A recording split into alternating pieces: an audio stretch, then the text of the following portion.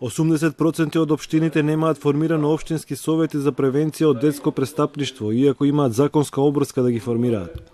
Ова е големата забелешка која ја нотира годишниот извештај за работата на Државниот совет за превенција на детско престапништво, кој денеска го разгледуваше Собраниската комисија. Во извештајот во 2017 се забележува кај децата во ризик намалување од 14%, но од друга страна се нотира зголемување од 17% на случаи на деца пријавени во полициска станица или кај социјалните служби. Мерката притвор била одредена за 2 деца. Најмладиот евидентиран престапник има само 11 години.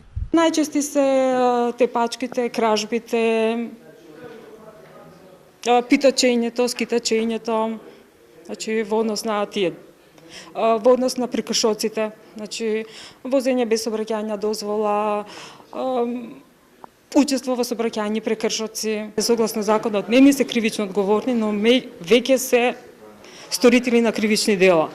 И секако, значи, треба да направиме напор да видиме оваа граница што кажува и што понатаму да се преземе. А питачењето е една од формите на детско престапништво. Најчесто е застапено во Скопје и во поголемите градови од државата.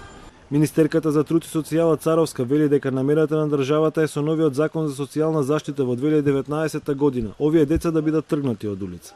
Ние во минатите 2 недели имавме многу интервенции како Центар за социјална работа и добивме некогаш одговор дека едноставно тоа е нивниот начин на живот и не сакаат да одат никаде. И тоа треба да се испочитува и затоа секаде во светот. И во најразвиените европски земји вие имате некој кој што избрал да живее на тој начин, но децата не смеат да бидат на улица. Затоа семејствата кои што нема да се придржуваат на правилата од гарантиран приход, истите тие деца ќе бидат после во заштита на државата. Според извештајот за детско престапништво, во 2017 година најголем број престапки биле евидентирани во Куманово и Скопје.